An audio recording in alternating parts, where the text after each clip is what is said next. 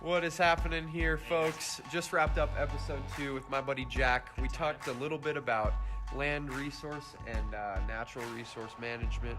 Talked a little bit about investing in real estate, art, and diversifying your portfolio. What is happening, everyone? It's Ben Nelson with the Tech Intern Show here this evening. Beautiful Montana State University behind us. We're experiencing some spring weather, so we had some snow this afternoon, and now it's kind of clearing up, and I see the sunset over there. So, beautiful spring day. I'm here with my buddy Jack Little. Hey, how's it going, guys? And we're going to get into the episode in a little bit, but again, this is episode 2 of the Tech Intern Show. I'm super excited to begin to share sort of my connections here in Bozeman with all of you. So thank you so much for joining us again. I am very excited to get this show on the road. Yeah, it's going to be a good time, I suppose. Yeah, heck yeah. So, of course, Jack, thank you for joining us. Yeah, no problem. I was pretty hyped when I got your email about this. I knew you've been working on something pretty cool like this, and I'm hyped to be a part of it. So Heck yeah, man. Yeah, and you've prepared well, so yeah, this should be super got fun. My notes in front of me. It's just like class, so. Where are we now? We're in Norm Asbjornsen Hall. Yeah, Norm Asbjornsen. Asbjornsen Hall. Yeah. New building on campus. When was it finished? In the fall, last right? December, yeah. Yeah. Last December. So was winter grand time. opening. Yeah. Beautiful building. Yeah, they did a really good job with it. If I want to come through here with a fine-tooth comb and pick through things, I could. But overall, they just did a super good job with it. Yeah, super well done. I like kind of the more, I want to say urban, but more of like innovative design. And this is an engineering hall, so some of the stuff in here and inside the classrooms is super advanced. Yeah, I would just say sleek. That's Yeah. like my one word I think of. Just everything's finished off nicely. Perfect. Well, enough of the intros. I want to Yeah. get into you, Jack. So why don't you start off by telling us a little bit about yourself? Right on. So originally, I'm from California. Good old West Side is the best side. I grew up about 45 minutes out of Sacramento and 45 minutes out of Lake Tahoe. So I was super fortunate to experience the urban landscape, San Francisco, Sacramento, doing all that. But then, also escaping up into the Sierras, going up to Lake Tahoe. Beautiful. Throwing down some fresh turns. I really think that's like shaped me to who I am today. Like the landscape reflects who you are as a person. So, Wow. but yeah, I decided to come to Montana State, get out of California for a little bit, experience something new. Personal reasons, whatnot.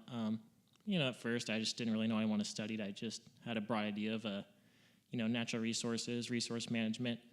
I kind of bounced around between plant science, ag business, that type of stuff. And then I finally settled on natural resource and rangeland ecology, which to me, had that broad aspect of everything. Sure. That brought in all elements to me. So, Right.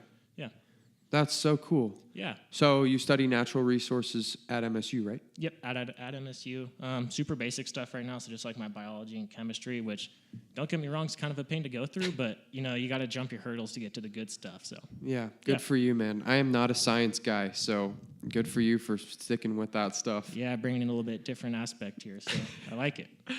Man, so with natural resources, you grew up in the Sierras, so you've seen a lot of the United States and the beautiful landscape that it has to offer, but I want to get into maybe a little bit of like what a career could look like in that, and maybe as we progress here, what sort of technology you use and how you could see that changing. Yeah, for sure. So what I see myself doing after college is going into like a resource management field on a state or federal level, so maybe not private sector necessarily, but I'm also not opposed to it. So, if I want to go private, business like Ducks Unlimited, Delta Waterfowl, I really like the water side of resource management and seeing how that affects, recreation. But water is also a huge thing just with humans in general. Like, we got to drink it, cooks our food, cleans everything, right? Yeah. And I think with the growing population on Earth, because, we're pushing 8 billion now, who knows the exact count. Wow. I see it as being a more prevalent issue coming through the future. So that's my whole thing behind it. Heck yeah. My career path, I guess, that I can see. That's super interesting. So you think that, of course, fresh water is a scarce resource. So when you say Ducks Unlimited or something like that, would you be playing with sort of their organization or more of like conservation of the natural resource water as a whole? I think for me personally, I like the water as a whole. Okay. But within waterfowl, that's a huge thing for that species. But that's a huge recreation on that side, a huge income booster for the U.S. too. And I definitely see like a segue into some more public policy type things and like making that change for yourself if you wanted to. Sure. But I think for like start off, work for U.S. Bureau of Reclamation, some Department of Water Resources to really get that hands-on experience with just like broad water resources. So Right. yeah. Yeah. Well, a little bit of story about Jack. We met in the Langford residence hall here on MSU. Yeah. We live not too far from each other. 5 doors down? Yeah, 4 or 5 doors, not too far. And Yeah. like, I always saw Ben around, and it's like, this guy. Like, you can tell when someone has their stuff together, and it's like, this guy seems cool. Yeah, I was going to say the same about you. So the initial reason why I invited Jack on here was because Jack's a very like-minded kid like myself. We both work very hard, and we also just are like, we got along from the get, and also I realize that when I have these sort of intelligent conversations with kids my age, I really have to cherish them. Because they're rare in some ways. And so when I find someone, whether it's someone like Jack or my buddy Tyler, or a couple of my mentors, like I really cherish those conversations. And that's when a lot of my creative thoughts sort of stimulate. Yeah. So I remember we were walking back from econ class one day, and we were talking about how you were interested in like land surveying inside of your natural resources sort of major. And I was fascinated because I don't see sort of any of that industry whatsoever. And so you were saying like drones and agriculture and how it's so advanced. And I was like, this is screaming technology at me, but I can't seem to put a finger on it. And so you were walking me through it, and I was like, wow, there really is a lot there. Yeah, and I mean, by no means am I an expert, but I've looked into it enough that I realize there's so much you can do with it. Yeah. And I think that, agriculture, resource management, that type of stuff, it kind of has like this old school vibe to it. That's just like a precedent. Like, agriculture, like you're some 7-year-old farmer that drives around his tractor all day. But like, I don't know if you know this, but a lot of new tractors, they have like GPS technology. Yeah. To where you're like mapping out your field to like the dime on where you are. Yeah. And it's insane to what you can do. But then I go into like drones, and you can use drones for surveying, media production. Right. But I've seen some videos over from Southeast Asia, China, Korea, that type of stuff, and they literally have like these gas-powered helicopters, and they're spraying pesticides on crops with that. Wow. So you're not having to go through do it by hand or do it with like an airplane. You can just fly the drone yourself, and it's like a one-man operation. Wow. Yeah.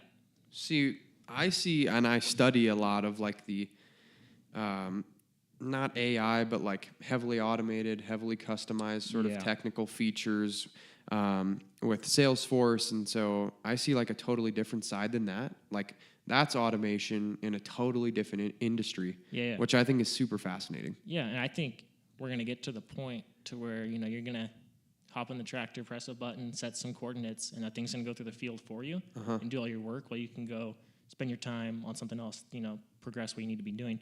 But I already think that we see automation within like the production.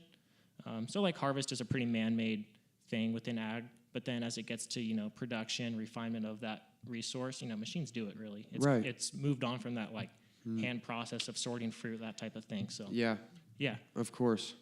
Well, natural resources sounds super cool, and I wish you all the best with your studies. I'm going to connect with you on a daily basis. So. Thanks, man. Appreciate it. Of course. Switching gears here a little bit now, I prepared a couple of questions for Jack, and so we're going to kind of bop around here a little bit. I was curious as to if you invest at all, and like what kind of your knowledge base is. I mentioned that I don't know much about it, and so I was super interested to see if a like-minded kid like myself goes to school in Montana and comes from a similar background, like is investing at all or knows anything about it. So I was curious. Yeah. Okay, so investing is kind of an interesting topic for me. Like I personally, I'm not hopping on my phone, transferring money every day. I was fortunate, like right around when I was born, my grandpa set up an account through UBS for me with all these stocks, Chevron, Caterpillar, all these big names. Sure. That over time has, appreciated in value. But I also think with stocks, a huge thing that people they glance over. They see this story of like, take for Apple, for example. You have this crazy appreciation going from nothing to literal hundreds of dollars, right? Yeah. But what's not really talked about is like stocks pay dividends per year. It's kind of like a thank you for owning part of our business. We're going to give you a slight reward. And they're small considering per share, 2% per share, which isn't a whole lot. But, if you're out there buying 1,000 shares of this stuff, it racks up. And I think, I just saw a post on Instagram, the number got thrown out, was like 70% of like your, income from stocks comes from that just dividend payout. Okay. Yeah. So Interesting. yeah, I'd really like personally to get more involved with what I have going on, because right now it's just kind of done its thing throughout the years, and I think I want to start, putting my own money into it and Sure. growing it even more, just so when I get out of here, I have money for, down payment on a house, a new car, something like that, or Sure. you just keep saving upon that and grow your wealth even more. Yeah. Yeah. So Super, super interesting. See, I have a buddy who invests and does like micro trading or day trading. gotcha. All right. And so he's trading like on the hour, like super, super macro time scale. Yeah. And so I think about investing in like sort of a longer term game. Oh yeah. And for so sure. I know investing is a lot of times within stocks and stock exchange. I view investing totally differently as in sort of tangible objects. Real estate. And so, yeah, I was just going to say I'm taking a history class, and so we've touched on the era of like John D. Rockefeller, Oh yeah. and the John Getty era, and so like all of those big corporations. And I think I don't know, I'm not a huge risk taker, Yeah. and so I'm the same way. I think that real estate and art and things that have value that will only appreciate over time and are relatively low risk to invest Yeah. in after construction are things that are Oh, yeah. are stable, and how I see investing more of like a long game play. Yeah, and I think there's a quote by Warren Buffett that I really like. It's just, he says that the stock market is a way of transferring money from impatient people to patient people. Whoa. Yeah, so I don't think it's something you should get into if you're trying to flip a quick buck. Go flip a house or something if you really want to do that. I think more on like 10, 20 and beyond plan. Sure. Like this is something that you might be able to tap into, when you're retired, if you want to go on a vacation or something, or not, you're just going to pass it on to your kids and just leave that as part of your legacy. Sure. Because you can't take money to the grave, right? Leave your kids with something so they're better off in life as well. But, investing, like we can say we're investing in our education right now. Yeah. Right? Because we put in a fair amount of money to be here. Time more than anything, right? Yeah, and time is money, right? So, spending time and money to be here in hopes that what we get when we get out is worth it, essentially. Right. That goes to my last question on my list, but we just kind of touched on it, and I've known it like kind of throughout our friendship. But my question was long game versus short game. Which are you playing? And Short answer, both. Interesting. Yeah. Okay. So I want to hear a little bit of your reasoning behind that. All right. So I'm gonna touch on the long game first. Long game for me, like investing, that type of thing, I see that as a long game. You're in it for a while. Also, like my career path, and like I'm not thinking like where do I need to be like at this point in my classes right now. I'm like, I'm gonna graduate on time. I'm not freaking out about it. I'm gonna end up getting a job somewhere, but I'm not like super worried on where that's gonna be. Sure. Things work out, and there's certain things I can control right now. So that's kind of where the short game comes into play. Little side hustles, making money over the summer, you can control that, right? So for me, I'm gonna go back, work for a logger for a summer and try and make some bank. That's what I can control, and I'm gonna play that short game. But there's some things like my career where I end up, I'm just gonna, I hate saying like let things play to fate, but I'm gonna let my culmination of choices lead up to that. So Good. Yeah, I think you said it best, is the culmination of choices play Yeah. up to that. I categorize myself as a very long game player. Yeah. And I think like it comes a lot from me living the sort of internship life where I get to dabble in so many different fields and learn so many different things. And also starting things like the Tech Intern Show and the Angler's Hatch, and a couple of other things.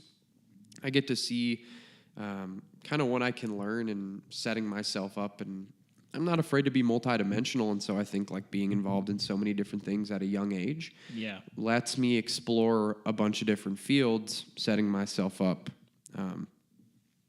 fairly well. And I think that's something that you can play into in your future. You can look back on that and say, I've done this and I have experience with that. You can tell employers that, resume, whatever. Yeah, But sure. For more so like for your personal self, like, I did this internship with this company and it was super rad. Here's what I learned. Yeah. Here's what I would change. And you can just apply that to your life as you go through with it. So, yeah.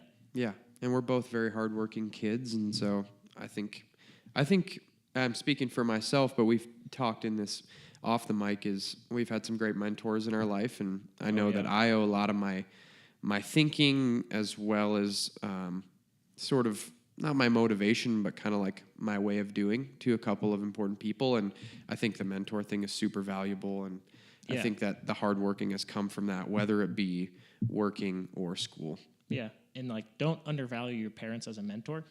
Like, people are like, oh, mentors like professional life. But man, I learned so much from my parents. Like, you got to work for what you want, essentially. Like, no one owes you anything in life. You're not just going to walk in here. That's and, like, huge, Jack. Here's your silver platter. Yeah. Like, you're going to have to put in work somewhere, and where that work is all up to you, but it's going to take some time on your end. Yeah. I think we touched on this in the cafeteria one afternoon, but it goes along with kind of the college system and how it sets up kids for post-college and student debt and stuff like that. Yeah. But I think what I see most among our sort of age group in college is, I hate to say it, but entitlement. Yep. And it spans for longer. It's more than just the 18 to 22 year olds. I think with this whole digital era and social media and things, it's a matter of people owing other people something, which you said, no one owes you anything. And so you were taught by your parents that you have to work for what you want. And I back you up. Yeah, I mean, like, super short backstory, but my mom went to school right after she had me, and, you know, was taking 21 credits and graduated straight A's. Wow. And dude, I didn't figure that out until last semester. I was like, dang. And my dad paid for her to go through with that, because he told her, like, this is all, you're going to do school, and that's going to be, like, your thing, and you're going to take it seriously. And now she's well off. You know, I'm able to come here without worrying about student debt and all that. So, sure. You know, I look back at that and I'm like, dang, you know, if they can do that at 24, 25, like, I can get through this now. So, yeah. That's super special, man. Yeah. The mentorship sort of parent thing is super cool. Exactly. Yeah. Right? And don't degrade, like, professional experience either. And, like, no way. You know, a mentor doesn't have to be someone that you meet every week. It could just be like a coworker that, like, or like your boss. Yeah. You just pick up on, like, this dude is, like, working his butt off, respects everyone. Like, that can be a mentor for you, essentially. So, yeah. Well, that's some super good stuff. Thank you for being open to answering those questions and heck yeah, man. Going deep into a couple of the natural resource investing sort of. Oh, no problem, man. I like hitting on everything too. I like to be well versed. You know, makes you a little bit better person overall, in my opinion. But heck yeah, speaking my language, Jack. All right, so now, of course, I ran you through, but a new segment to the Tech Intern Show that I did with Oste and I loved, so I'm going to keep doing it. It's called the final round. All right. And so, like, 15, 30, and a minute long answers. I've got like 4 questions prepared for you. Cool. Kind of something to round out the episode, just kind of touch on all cylinders. My first one is your favorite book. Tuesdays with Maury. Just, you know, appreciate life. It's short, but also, you know, when you work, don't be afraid to take a step back and see who's around you and thank them for all that they've done for you to get you to where you are. Wow. Yeah. Most creative moment you've had within the past year? So that one comes from, like, my personal life. I was over in Scotland for a week or two in July, and I made this little book for my girlfriend. I bought this little stuffed cow at a gift store and took pictures with it everywhere. Like, dude, put it on a train, took pictures, and I named him Harold, and I was like, this is Harold doing this. And I made, like, this whole book on her, and I, like, gave it to her. So that was, like, my creative moment, because, dude, I'm usually not a creative person, like, just get through it. But I was like, I'm going to do something cool. So cute. Yeah, dude. Creative. Exactly. Heck yeah. Most interesting thing on your bucket list? You know, interesting is like a vague term for me. Do you have a bucket list, like, written?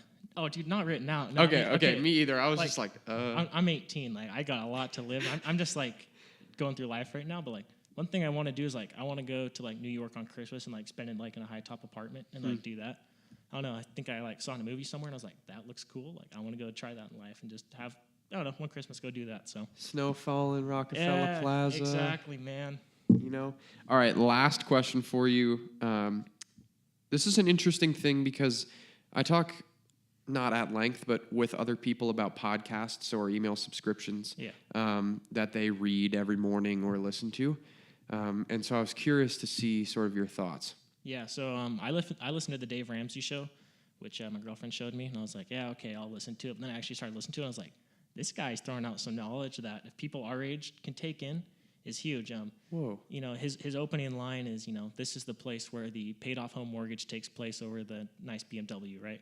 So he's huge on making good decisions with your money. Yeah. And the biggest one I take away is, like, trying to live debt-free, which some people it's hard to avoid, but, like, I'm talking, like, credit card and that type of stuff. Like, don't spend money that you don't have. Like, you don't need to be going out buying Versace, Louis Vuitton if you can't afford it. Sure. Like, live within your realm. Don't go into crazy debt at such a young age. So Yeah. yeah, Cool. at least personal debt. The Dave Ramsey Show. I'm going to have to check that out. Yeah, I think if you can listen to it now, because the people that call into the show are like late 20s, early 30s, and they're starting to realize their mistakes. And a lot of the stuff that he's centered around is for the 16 to 24?